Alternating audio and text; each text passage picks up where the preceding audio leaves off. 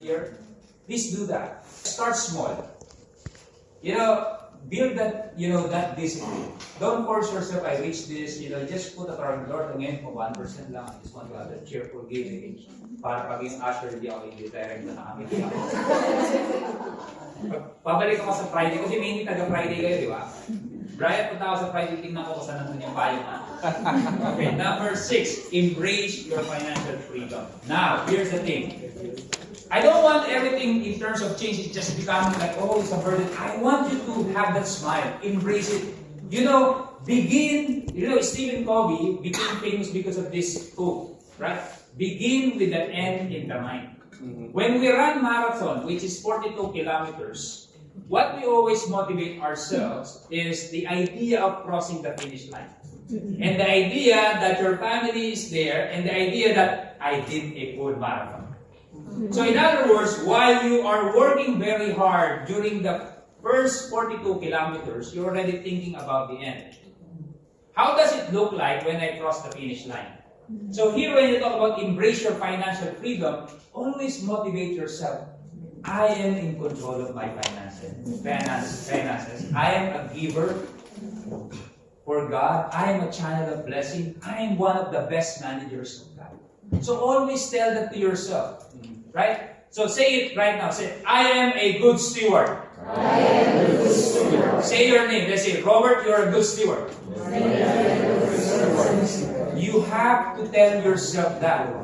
Because the moment you believe that, you declare that in your life every day. I am a good manager. I'm going to be a blessing today. God has placed me in this job. I will be like Joseph, that He will bless the work of my hands. That I will prosper here. That I will be able to get out of this debt trap. Something like that. Because the moment you declare who you are, right understanding makes us and produces right living. Okay? So change. So step 3 na tayo. Nasaan na tayo? Radical change. Now, ito na nagagawa na tayo. Gumaganda na tayo. Practical ba? Practical ba? Yes. Okay, the next one is plan and budget. So nagkaroon ka na ng health check. Alam mo na yung financial condition mo. Tapos sabi mo, I made a decision now, I need to change. Yes. Diba? I will have to change now. Then how do you now implement that change? The first thing is plan and budget, right? If you're budgeting right now, that's good for you. Continue. If not, it's okay. If you fail to plan, you plan to fail, right? So when you talk about budgeting, ang maganda ngayon is there's a lot of application now that you can use. Most of them are free. There are also a lot of templates in Google. Pag sinerge mo sa Google, madali lang. So Excel may template na rin. So if you are not happy, you find it difficult to use technology, even yung papel lang, di ba? Sulat nyo lang, ano ba yung income ko na papasok? Kasi the easiest part is that most of us are salaried. So by now, you know how much you're gonna earn. So you make a budget every month, how much will I pay, so on and so forth, etc. So what are the things that you can do when you speak about budgeting? So I use the word budget. Number 1 is be faithful to your plan. Kailangan faithful ka. Minsan, di ba, when you talk about faithful, is that minsan ang ganda ng budget mo. Talaga naman pag inlik mo gano'n, yung forward. Tapos pati ang ganda pa, nagre-red, nag-blue.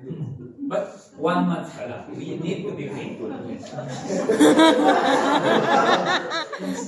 Consistency. Di ba? Paging faithful ka sa plano. Kasi if you are determined, remember that idea I told you, embrace your freedom. An end to your means. Yung pagiging freedom mo, end mo yun eh. Means lang to. Ang end mo is your freedom.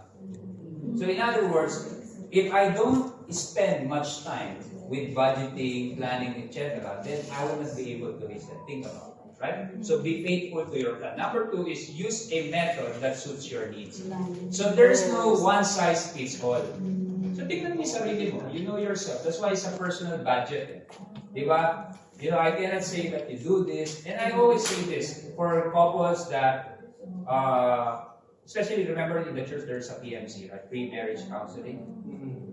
So I'm looking forward to see you guys. I'm okay. So when you talk about this, I always talk about money.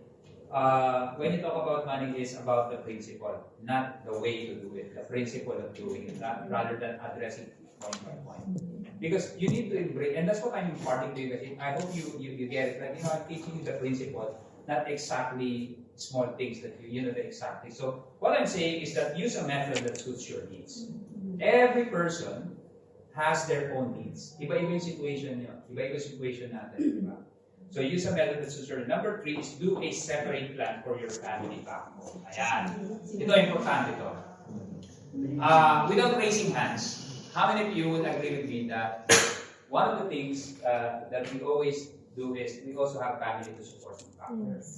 Alam mo, I really have to encourage all of you because kayo, when you were single, you were already blessed by God to work overseas and to be able to, generate a better income.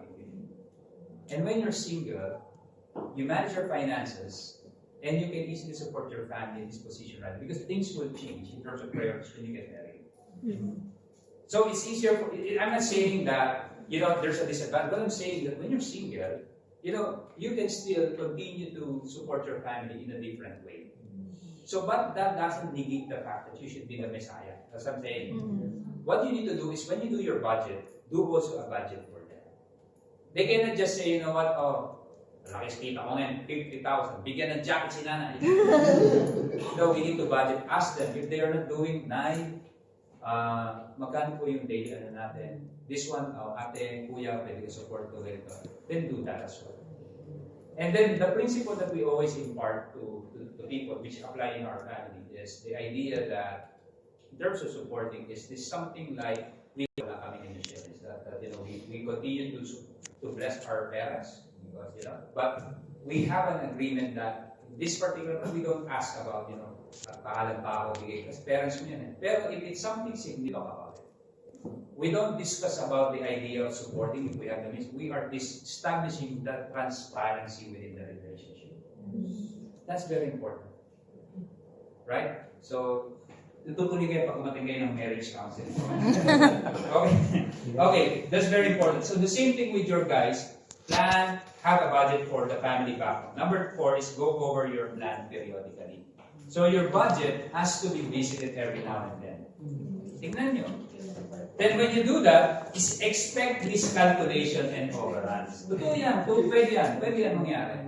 So, sometimes we calculated something, maybe there will be times that it will overrun for this month, and there's a reason. Pero kung ang trend is that consistently nag-overrun, is either you are spending wrongly or you miscalculated how much you have to put as budget. You get what I'm saying? So don't overkill yourself. Oh my God, I'm always over the budget. You are bad. Then if you're married, you're always checking out, in Lululemon. So just use Uniqlo. Lululemon. Tawa na kita. Siguro yung Lululemon talaga ginagamit niya. Okay, talaga. Okay. Then if you get what I'm saying, if there's overrun, if there's consistency, just look at it. Okay? Expect miscalculation. Then finally, team up with others. Okay, when you team up with others, it's the same thing that I told you earlier, have that accountability. Ang galing paulit-ulit na. Maganda yan kasi you know what, it's good to have someone that you can be accountable with. And that's the beauty of being part of a core group. Your CG leader can be one, but let me tell you something. How many of you agree with me that there are certain people in the church that has particular gifting? Yeah, galing, okay. Kung super blessed yun, marami siyang package, all-in-one package yun. Pero si Jesus lang yun. Pero magaling sa, ganito, may blessed ni God sa godly financial counseling. They're good in raising their children. They're good. And the benefit that you guys have is that you have all of them accessible. When we were starting our family, we don't have it. We were saved when we have our, we're a family. Venice was 2 years old. But for you guys, you have that. Tap that opportunity. Partner with someone, be accountable with someone. Okay? Good. So now we finished step 1. Step 3. Now we go to step 4 na ng journey. Are you guys enjoying the journey so far? Are you learning? Okay, good. Okay, step 4 is execution and monitoring. Yeah. Of course, when you have the budget, you execute it, right? So when you say this, at this stage, you will start to have control over your finances. Kasi when you start having the budget, you now know how much your liabilities, what are the things that you need to prioritize, what are the expenses I need to reduce, what are the income that I can consider to add to my existing income, and so on. You will start feeling that, yes, I'm not yet debt-free, but now I'm starting to feel that I'm in control of my finances rather than my finances controlling me. Mararamdaman mo yan, yung anxiousness mo bumababa na, nawawala na, yun na nakikita mo na yung smile mo sa ano mo, tapos nakikita mo that God is also working. So when you talk, sorry, before I forget this, when you say partnering, of course there's a person that you would make your accountability, but always remember that God will be your partner. Yes. Lord, I want you to partner with me. Right? In fact, not only partner with God, I want you to be the one to own this for me. Yeah? Okay. Now, next, control. So this means you are taking control. That's why I want to share with you the word control here. The first one, when it talks about execution, right, and monitoring, is compare actual to written budget. Diba meron tayo, if you have the Excel, compare nyo. So let's say, I budgeted for my, let's say, give me an item. Rent. Right? Rent kasi is fixed. So it's easy to predict, right? The only time that it will increase is that if your landlord says that, you know what, there will be 5% increase. Yeah, so that means that you need to adjust your budget because that's inevitable. If you decide to stay, you have to. Now guys, let's put it this way, and I'm not saying specifically. If your income has gone down, sometimes you need to somehow adjust as well. If you're used to living into, let's say, in a villa, but now your salary has gone down, don't be, it's okay. It's an adjustment. At the end of the day, it's you. So if you are paying one room, for instance, don't get me wrong, I also started to share. Sabi niya, yun, okay lang. O yung pagkaayaw na ng phone, basagin mo. So ganito. Sabi mo, nabasa ang phone ko. Punta na ako sa Apple ngayon. Ayoko na ng Samsung. Basagin ko nga, Nay, nabasag yung cellphone ko. Ako sasagutin din, iisip mo yan. So compare actual to written budget. So adjust, right, depending on your current situation. Number 2 is observe the behavior of your budget items. We talked about this earlier, right?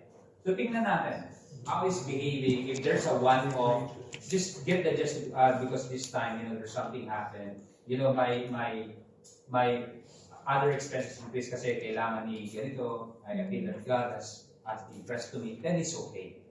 Don't overkill yourself. No, Lord, and that's a moment for you to turn to God. Lord, yung budget ko medyo nag-red, alam mo naman, hindi ko naman ito ginastos, binigay ko ito dahil bless ko siya. Bless mo naman ako. Because that's, you have to understand, our God is our Father. You can talk to your Father as if, you're talking to your dad. Lord, grabe naman to, red na red. Pero alam mo ba, may mga kumasos palagi. Kaya lang, bless mo siya. Kasi ano ba? Hindi ba totoo yun? Guys, I tell you, do you guys talk to God like that? Or you just talk to your crush like that? Yeah? So, pwede yan. Number 2 is never give up when you encounter difficulties. This is very important. When your execution and monitoring is not always positive. There are times that things will go south, but never give up. Remember that marathon journey I told you? The most difficult part of the marathon is the 30 to 40. The most difficult. That's when your mind and your body are just having the fight. You can do it, your body says, you're done. But that's when you start grinding and grinding. You have to do that. Never give up when you encounter difficulties. Then number 4 is talk to your budget. Ito yung kailangan mo na ng help. Nakikita ko sa budget. Mag-dream ka naman. Budget. No.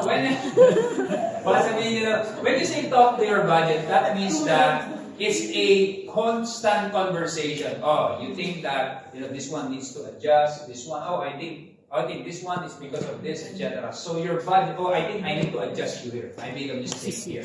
So in other words, the constant, focus on the budget. Now I think I will overshoot here. And so on and so. Now I expect this. Now I see a savings of this amount. Then you said, you know what, someone says, you need a vacation, something like an emergency trip. Then how do I actually talk to my budget? Budget, nasan tayo? Seryoso yan. But not literally na gano'n, just try figuratively. Baka kasi makita kayo ng roommate niyo. Oh my God, medyo nangyari ata sa kanya, kamusap niya yung Excel niya. Si Ate Michelle po ganyan minsan, kausap niya yung Excel niya. I'll tell you a good story. If you guys are, for those, single men, okay? So this is a good thing I want to impart. Okay, may oras pa ba ako? Okay lang. So ito practice, segue ako ulit, kasi single. So you know what? Michelle and I, when we get married, I am an accountant, so I always do the budget. Very strict ako eh.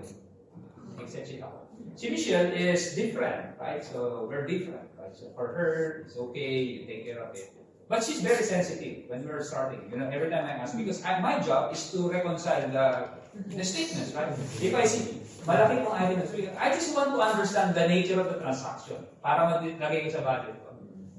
She will be insulted. And that's gonna be a Cold War for God knows. Cold War. Hindi naman World War. Cold War. Mami, ano ba kaya natin? Me? Hindi, wala sagot. Okay, but anyway, what I did was, I said, how can I do this? I said, I think it's just, the fight is just caused not because of the budget, it's because of the common understanding. So what I did was, at that time, I have to tell her, I will teach you how to do it. So I have the TV, I have my PC, I connect it. Literally, I'm explaining it to her until she gets the hang of it. So I start doing it, passing it to her, slowly but surely. She do it, I help her. Eventually, she's doing it on her own. As a matter of fact, as a testimony, Michelle is handling now our Excel sheet. So, and then this was something at that time, I was the one just teaching her question. Now, it came to the point na, Dad, bakit meron ganito? Now she became even more stricter than I do. My point is this, sometimes, I don't know if it's going to work for everybody. I know that we always teach about for couples that, whoever has the kids. But it's always good to also educate the other person. Not literally to the same level that we did.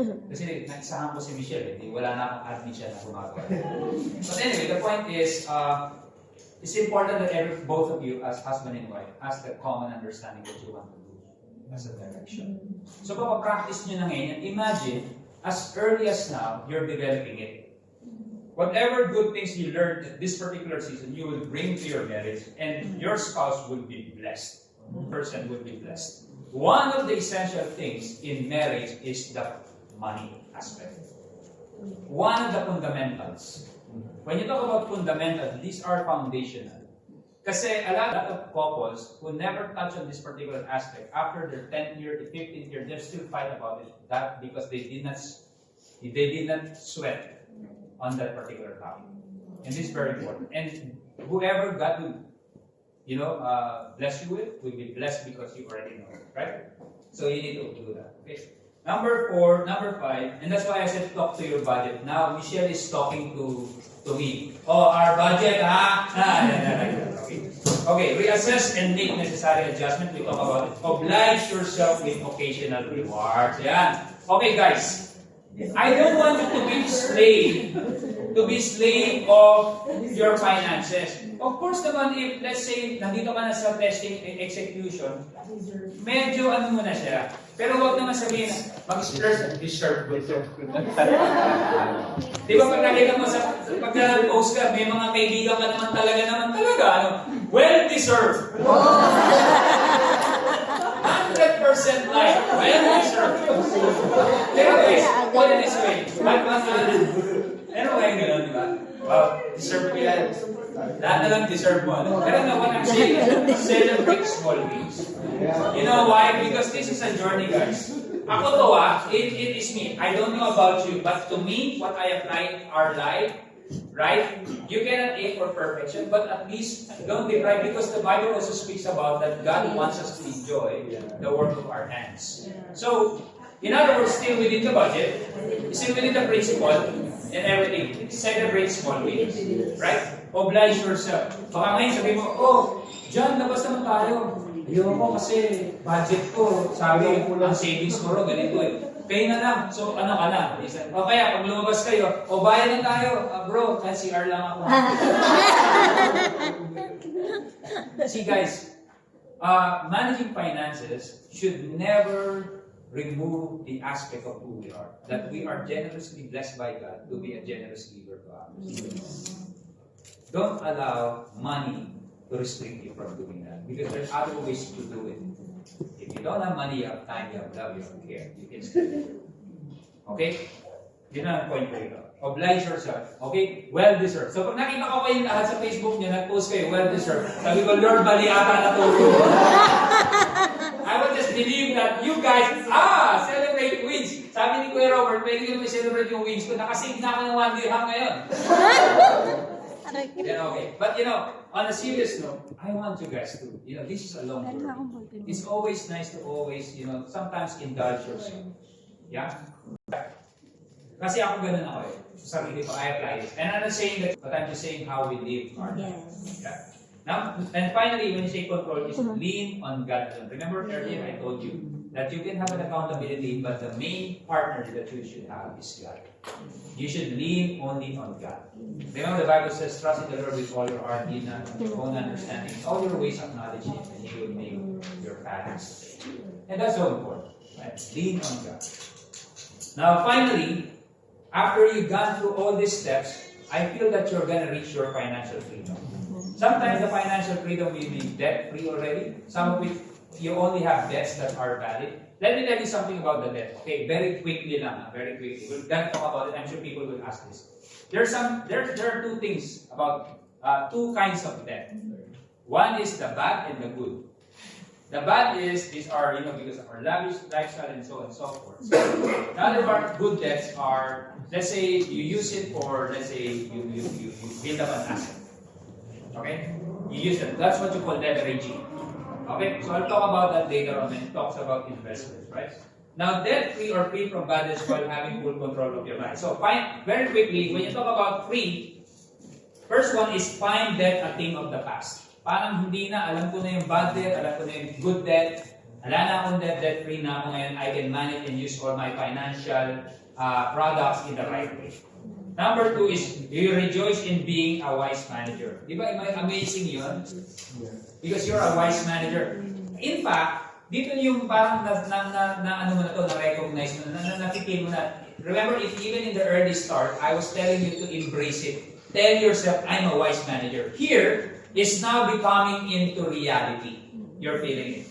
And then exhibit a life of generosity. Consistently do it. So now, Lord, I'm being there. You know why I have the passion of sharing this? It's because I was once in that situation. And if I have to advise my younger Robert, I will tell the same thing. And when we developed this, and I personally developed this when it was like 2016. And I said to myself, I could have done it earlier in my time. I came here in the UAE not because I want to for a greener pasture. I came to the UAE because our marriage is in the rock because of financial issues. But at the same time, I need to pay off my debts in the Philippines. So, and that's something that ever since, it was my passion to say, you know what, I should share it to other people, younger people, so that they would avoid the same problems that I did before. And then finally, enlarge your God entrusted assets. This is where now, because you have a financial freedom, now you can be an investor. Remember that good steward thing that you can. And when you talk about investments, guys, please make sure that you pray for it, you understand it. If you don't borrow money just to invest. Yeah? There's such thing as good leverage, but if you need advice, seek professional advice. Right? Because leveraging for an investment is very important, but yet dangerous if you don't understand. Okay? So it should start today. Your journey should start today. And if any question, there's a question, right, that they will discuss after this? Or Yes. Okay, good. So that wraps up our personal application. Okay? I hope you guys learned something.